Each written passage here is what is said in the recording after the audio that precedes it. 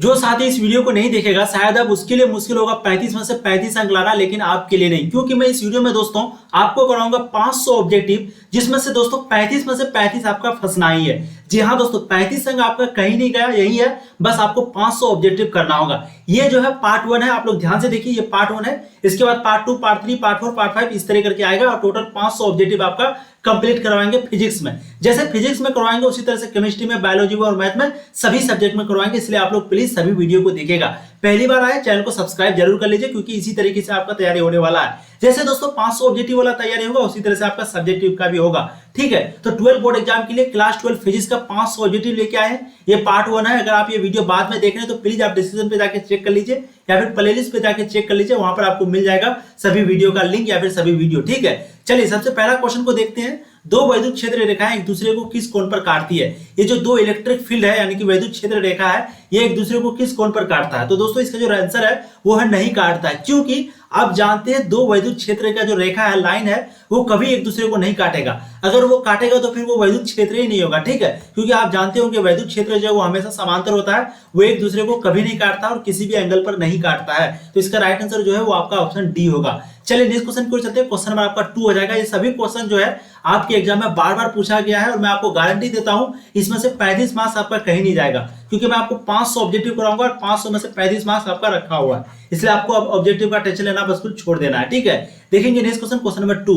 विद्युत आवेश का क्वांटम यानी कि ईएसयू, जिसको हम लोग क्वांटम को क्या बोलते हैं? ईएसयू, इसका मात्रक में होता है। यानी कि विद्युत आवेश को जब हम लोग ईएसयू में मापेंगे तो वो क्या होगा? ईएसयू में क्या होगा? आपको सिंपली ये क्वेश्चन पूछ रहा है। तो दोस्तों इसका जो राइट आंसर है वो है आपका 4.7 इंटू 10 पे पावर -10। कितना है? 4.78 इंटू 10 पे पावर -10, यानी कि ऑप्शन ए आपका राइट आंसर होगा सेकंड का। ठीक है, राइट आंसर आपका ऑप्शन ए। अब देखेंगे नेक्स्ट क्वेश्चन, क्वेश्चन नंबर 3।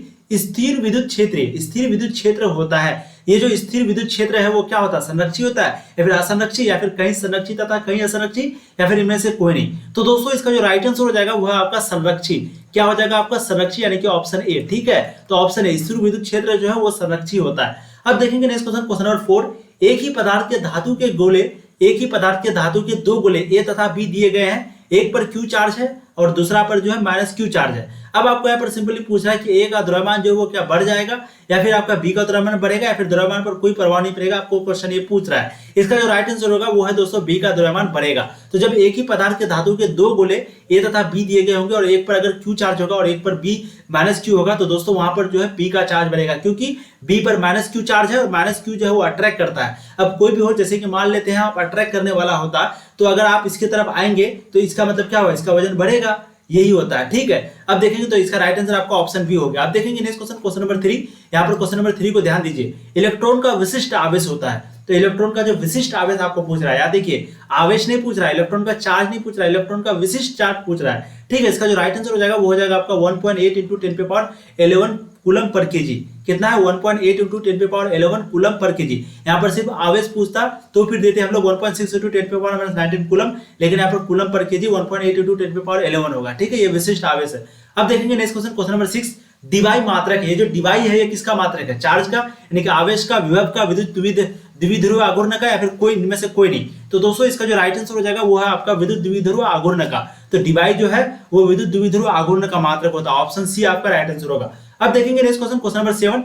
एक आवेशित चालक की सतह के किसी बिंदु पर विद्युतीय क्षेत्र की तीव्रता, आपको क्वेश्चन यहाँ पर पूछ रहा है कि कोई आवेशित चालक है, ठीक है, उसके सतह पर जो किसी बिंदु पर विद्युत क्षेत्र की जो तीव्रता होगी वो कितना होगी? आपको सिंपल यहाँ पर क्वेश्चन पूछ रहा है। तो क्या शून्य होगी, या फिर सतह के लंबवत होती है, या फिर सतह के स्पर्शीय होती है, या फिर 45 डिग्री कोण पर होती है? तो दोस्तों इसका जो राइट आंसर है वो है सतह के लंबवत होती है, यानी कि परपेंडिकुलर होती है। ये ऑप्शन जो है दो तरीके से दिया जाता है। सबसे पहला आपका है, कभी कभी आपको यहाँ पर दे देगा क्या कि ये लंबवत होती है, या फिर कभी कभी आपको फिगर बना के दे देगा, या फिर कभी कभी बोल देगा कि 90 डिग्री पर होती है। ठीक है, तो राइट आंसर आपको 90 डिग्री भी है, ये भी है, ये भी है, तीनों राइट आंसर है। तो एक आवेशित चालक की सतह के किसी बिंदु पर विद्युत क्षेत्र की जो तीव्रता है वो सतह के लंबवत होता है। ठीक है, 90 डिग्री होता है। 45 डिग्री आपका गलत आंसर होगा। अब देखेंगे नेक्स्ट क्वेश्चन, क्वेश्चन नंबर 8। एक गोलीय चालक अवशिष्ट, क्या लिखा हुआ है? एक गोलीय चालक अवशिष्ट किया जाता है, इसके केंद्र पर विद्युत क्षेत्र की तीव्रता होगी। मतलब पूछ रहा है कि एक गोलीय चालक है जिसका अवशिष्ट किया जाता है, आविष्ट किया जाता है, और इसके केंद्र पर जो विद्युत क्षेत्र की तीव्रता होगी वो कितना होगी? अनंत होगी, शून्य होगी, सतह के बराबर होगा। तो दोस्तों इसका जो राइट आंसर हो जाएगा वो है शून्य, यानी कि ऑप्शन बी। तो एक गोलीय चालक में आविष्ट जो है किया जाता है और इसका केंद्र पर जो विद्युत क्षेत्र की तीव्रता होगी वो आपका शून्य होगा। अब देखिए नेक्स्ट क्वेश्चन, क्वेश्चन नंबर 10। समांतर प्लेट संधारित्र की प्लेटों के बीच परावैद्युत पदार्थ डालने पर संधारित्र की धारिता क्या होती है? कोई समांतर प्लेट रखा हुआ है और उसके बीच एक परावैद्युत यानी कि डाइलेक्ट्रिक पदार्थ रखा हुआ है। इसको इंग्लिश में क्या लिखते हैं? डाइलेक्ट्रिक, यानी कि परावैद्युत पदार्थ डाला हुआ है। अब जो संधारित्र है, वो जो मशीन है उसके पास क्या होगा, यानी कि उसका क्या मतलब कि प्लेटों के बीच जो समांतर प्लेटों जो संधारित्र है वो क्या बढ़ेगा घटेगा, क्या होगा, बढ़ता है घटता है या फिर अपरिवर्तित रहता है, फिर कुछ कहा नहीं जा सकता। तो दोस्तों इसका जो राइट आंसर है वो है बढ़ता है, यानी कि ऑप्शन ए। ठीक है, तो कोई भी डाइलेक्ट्रिक पदार्थ यानी कि परावैद्युत पदार्थ अगर हम लोग डालेंगे तो उसका जो संधारित्र का समांतर प्लेट का जो संधारित्र है वो एक प्रकार का बढ़ेगा।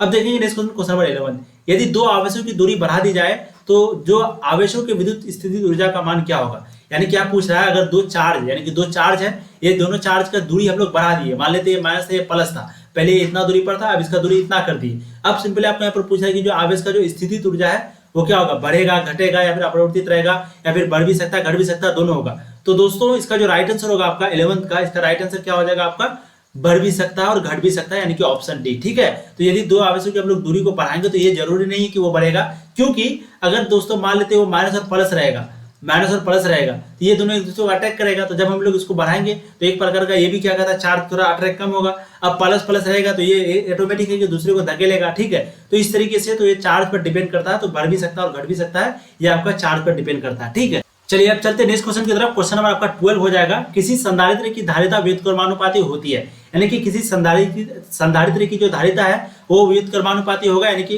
इन प्रोपोर्शनल, यानी कि इनडायरेक्टली प्रोपोर्शनल होगा किसका, प्लेट का क्षेत्रफल का, प्लेट के बीच माध्यम की परावैद्युकता का, या फिर किसका। तो दोस्तों इसका जो राइट आंसर हो जाएगा 12 का, वो है प्लेटों के बीच माध्यम की परावैद्युकता, यानी कि डाइलेक्ट्रिक पदार्थ का, डाइलेक्ट्रिक पदार्थ का। ठीक है, तो किसी संधारित्र की धारिता व्युत्क्रमानुपाती होती है प्लेटों के बीच माध्यम की परावैद्युकता की। अब देखिए नेक्स्ट क्वेश्चन, क्वेश्चन नंबर 13। किसी विभव मापी की संवेदनशीलता को बढ़ाने के लिए इसका अनुप्रस्थ क्षेत्रफल क्या बढ़ाना चाहिए या फिर इसका धारा को घटाना चाहिए, या धारा को बढ़ाना चाहिए, या फिर इनमें से कोई नहीं। तो किसी भी विभव मापी की जो संवेदनशीलता है इसको हम लोग बढ़ाएंगे तो इसका क्या बढ़ाएंगे, जो कि ये संवेदनशीलता बढ़ेगा, ये आपको क्वेश्चन पूछ रहा है। इसका जो राइट आंसर होगा वो होगा इसकी धारा को घटाना चाहिए, यानी कि ऑप्शन बी। ठीक है, तो किसी भी विभव मापी की जो संवेदनशीलता को हम बढ़ाएंगे तो इसका धारा को हम लोग को घटाना पड़ेगा। अब देखेंगे नेक्स्ट क्वेश्चन, क्वेश्चन नंबर 14।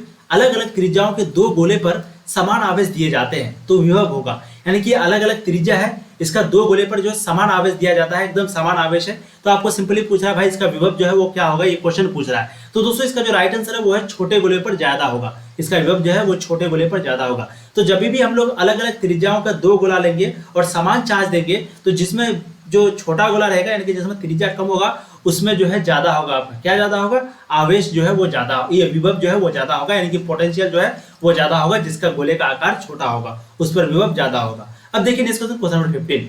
एक समविभवी तल के एक बिंदु से दूसरे बिंदु तक ले जाने में आवेश पर क्षेत्र द्वारा किया गया कार्य होगा। मतलब पूछ रहा है कि कोई समविभवी तल है, ठीक है, और एक बिंदु से लेकर के दूसरा बिंदु तक हम लोग कोई आवेश यानी कि कोई चार्ज को लेकर गए, तो इसमें जो कार्य किया गया यानी कि वर्क किया गया यानी कि एक प्रकार का बोल सकते हैं एनर्जी कितना लगेगा, क्योंकि हम लोग जानते हैं वर्क बराबर क्या होता है, एनर्जी होता है। एनर्जी चाहे वो कोई सा भी हो, पोटेंशियल एनर्जी हो, कोई भी एनर्जी हो, ये हमेशा वर्क के बराबर होता है, W बराबर ये हम लोग लिख सकते हैं। ठीक है, अब यहाँ पर पूछ रहा है कि क्षेत्र के द्वारा जो किया गया कार्य होगा वो कितना होगा, यानी कि एनर्जी जो है वो कितना होगा, ये क्वेश्चन पूछ रहा है। तो दोस्तों इसका जो राइट आंसर है वो है 0, ऑप्शन सी। ठीक है, क्योंकि समविभवी तल में जब भी हम लोग एक बिंदु से दूसरे बिंदु पर ले जाएंगे तो आवेश पर जो क्षेत्र द्वारा किया गया कार्य होता है वो 0 ही होता है। अब देखेंगे नेक्स्ट क्वेश्चन, क्वेश्चन नंबर 16। किसी भूयोजित चालक को विद्युतीय आवेशित चालक के निकट ले जाने पर बाद वाले चालक की विद्युत धारिता का मान क्या होगा, यानी कि किसी विद्युत चालक है जिसमें हम लोग विद्युत धरोधित, यहाँ पे लिखा हुआ है, ये विद्युत है मिला हुआ, ठीक है, विद्युत धरोधित आवेशित चालक के निकट ले जाएंगे तो इसके बाद जो चालक की विद्युत धारिता का मान वो क्या होगा, घटेगा, बढ़ेगा या फिर अपरिवर्तित रहता है। तो दोस्तों इसका जो राइट आंसर हो जाएगा वो हो जाएगा आपका बढ़ता है, यानी कि ऑप्शन बी।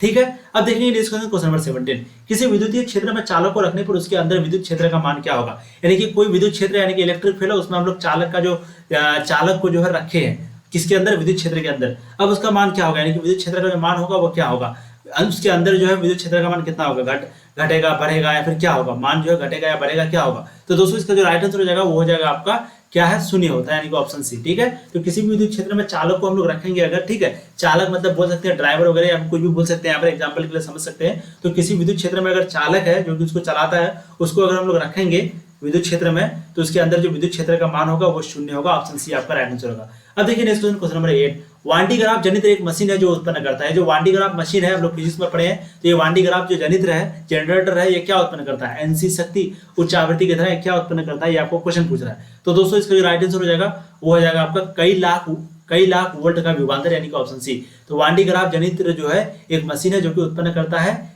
एनसी कई लाख वोल्ट का विभवांतर उत्पन्न करता है। ठीक है, अब देखेंगे नेक्स्ट क्वेश्चन, क्वेश्चन नंबर 19।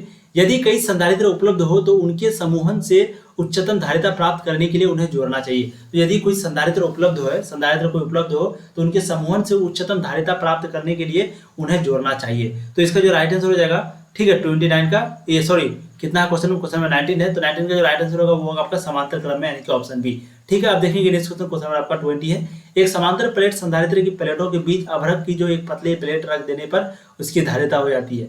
ठीक है, तो यहाँ पर आपको सिंपली पूछ रहा है उसका धारिता जो क्या होगा, बढ़ेगा घटेगा कब? जब जो है यहाँ पर एक समांतर प्लेट संधारित्र की जो प्लेटों के बीच का अभ्रक है वो एक पतली प्लेट रखने के देने पर उसकी धारिता होगा। ठीक है, तो बढ़ेगा घटेगा, धारिता जो है क्या होगा उसका। तो दोस्तों इसका जो राइट आंसर हो जाएगा आपका 20 का, इसका राइट आंसर हो जाएगा आपका बढ़ती है, यानी कि ऑप्शन ए। ठीक है, अब देखेंगे नेक्स्ट क्वेश्चन नंबर 21। किसी वस्तु का परावैद्युत स्थिरांक क्या है? परावैद्युत स्थिरांक हमेशा अधिक होता है शून्य से, यानी कि किसी वैद्युत का परावैद्युत जो स्थिरांक है वो क्या हमेशा अधिक होता है? किससे अधिक होता है, ये आपको सिंपली क्वेश्चन पूछ रहा है। ठीक है, तो इसका जो राइट आंसर हो जाएगा वो हो जाएगा 1 से। कितना हो जाएगा? 1 से। ठीक है, तो किसी वैद्युत का परावैद्युत स्थिरांक जो है वो हमेशा अधिक होता है 1 से। अब देखेंगे नेक्स्ट क्वेश्चन नंबर 22 है आपका। निम्न में से कौन सा पदार्थ संयोजक तार बनाने के लिए सर्वाधिक उत्तम है? यानी कि पूछ रहा है कि कौन सा तार है जो कि संयोजक तार बनाने के लिए सर्वाधिक उत्तम है। एक है आपका यहाँ पर नाइक्रोम, टंगस्टन, तांबा। ठीक है, तो संयोजन तार बनाने के लिए सर्वाधिक उत्तम कौन सा है, या फिर लास्ट में मैग्नीज का भी ऑप्शन दिया हुआ है। तो इसका जो राइट आंसर हम लोग है, इसका राइट आंसर क्या हो जाएगा दोस्तों, वो है आपका तांबा, यानी कि ऑप्शन सी। तो निम्न में से कौन सा पदार्थ जो है संयोजक तार बनाने के लिए सर्वाधिक उत्तम किए थे, तो आपका राइट आंसर तांबा निकल गया, ऑप्शन सी। ठीक है, अब देखेंगे नेक्स्ट क्वेश्चन, क्वेश्चन नंबर आपका हो जाएगा, क्वेश्चन अभी हम लोगों ने 22 तक कवर किया। क्वेश्चन नंबर 23 को देखते हैं। फ्यूज तार किस पदार्थ से निर्मित होता है? ये जो फ्यूज तार है वो किस पदार्थ से निर्मित होता है, आप लोगों ने पढ़ा भी है चैप्टर में। इसका जो राइट आंसर हो जाएगा 23 का, ठीक है, इसका राइट आंसर हो जाएगा कितना, तांबा, यानी कि ऑप्शन ए। तो फ्यूज तार जो है वो तांबा से निर्मित होता है। अब देखिए नेक्स्ट क्वेश्चन नंबर 24। क्या है? किरचॉफ का प्रथम नियम एवं द्वितीय नियम का आपको यहाँ पर लॉ पूछ रहा है। ठीक है, तो प्रथम लॉ, उसके बाद सेकंड लॉ और थर्ड लॉ, ये तीनों का जो है आपको यहाँ पर पूछ रहा है। तो किरचॉफ का जो प्रथम नियम एवं द्वितीय नियम से आधारित जो है वो है आवेश संरक्षण एवं संवेग पर, ऊर्जा संरक्षण एवं आवेश संरक्षण पर, या फिर संवेग आरक्षण एवं आवेश संरक्षण पर। ठीक है, आवेश संरक्षण एवं ऊर्जा संरक्षण पर, इस तरीके का है यहाँ पर।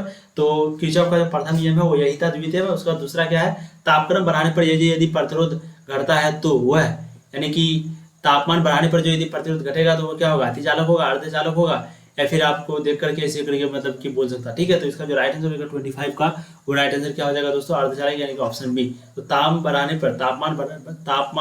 बढ़ाने पर यदि प्रतिरोध घटता है तो वह जो है आपका राइट आंसर 25 का राइट आंसर हो ही जाएगा कितना, बी। ठीक है, यानी कि अर्धचालक आपका राइट आंसर होगा। अब देखेंगे नेक्स्ट क्वेश्चन, क्वेश्चन नंबर 26। यदि ताप का मान 3 डिग्री सेल्सियस से बढ़ा दिया जाए तो प्रतिरोधकता गुणांक का मान होगा। यानी कि हम लोग कोई ताप का मान है जो कि 3 डिग्री सेल्सियस था, उससे बढ़ा करके हम लोग प्रतिरोधकता यानी कि उससे बढ़ा दिए तो प्रतिरोधकता जो गुणांक का मान है वो क्या होगा, बढ़ेगा घटेगा या फिर समक्ष उसी तरह रहेगा, ये आपको सिंपली क्वेश्चन पूछ रहा है। तो दोस्तों 26 का जो आपका राइट आंसर हो जाएगा वो हो जाएगा आपका लगभग समान रहेगा, यानी कि ऑप्शन सी। ठीक है, अब देखिए नेक्स्ट क्वेश्चन नंबर आपका 27 है। स्विच ऑन करने के बाद एक इलेक्ट्रिक बल्ब का ताप। ठीक है, तो स्विच को ऑन करने के बाद एक इलेक्ट्रिक बॉल का ताप। ठीक है, अब देखिए क्या होगा, बढ़ेगा घटेगा, क्या आपको क्वेश्चन पूछ रहा था। तो दोस्तों इसका जो राइट आंसर है वो है आपका कितना, हम लोगों ने क्वेश्चन 26 किया, 27 है। ठीक है, तो 27 का जो आपका राइट आंसर हो जाएगा वो हो जाएगा आपका डी, प्रथम शत।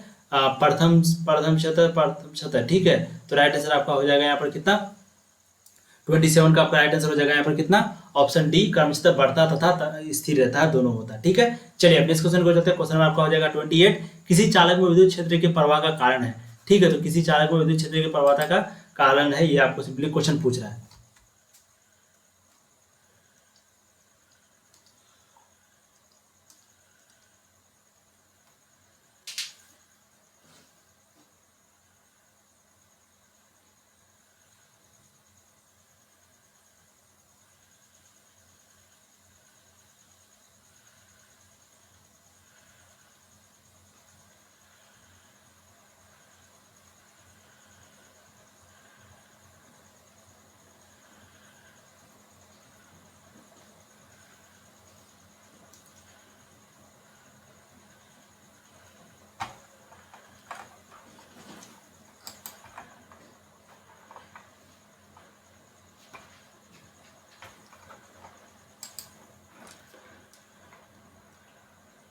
किसी चालक में विद्युत धारा के प्रवाह का कारण, जो किसी चालक में जो विद्युत धारा का प्रवाह है उसका क्या कारण है, ये आपको बेसिकली क्वेश्चन पूछ रहा है। तो दोस्तों इसका जो राइट आंसर हो जाएगा वो हो जाएगा तापक्रम के अंतर पर, यानी कि ऑप्शन बी। ठीक है, तो टेम्परेचर का अंतर पर जो विद्युत चालक में विद्युत तीव्रता जो प्रवाह है वो बढ़ता घटता है। ठीक है, अब देखेंगे next question, question number 29, electron volt द्वारा मापा जाता है। तो जो इलेक्ट्रॉन वोल्ट है उसके द्वारा क्या मापा जाता है, चार्ज को, विभवांतर को, धारा को, या फिर इनमें से कोई नहीं। तो दोस्तों इसका जो राइट आंसर हो जाएगा वो हो जाएगा आपका इनमें से कोई नहीं, यानी कि ऑप्शन डी। ठीक है, तो इलेक्ट्रॉन वोल्ट द्वारा जो है ऑप्शन सी पर जाएगा। अब देखेंगे नेक्स्ट क्वेश्चन, क्वेश्चन नंबर 30 हो जाएगा, ऋणावेश का प्रवाह होता है।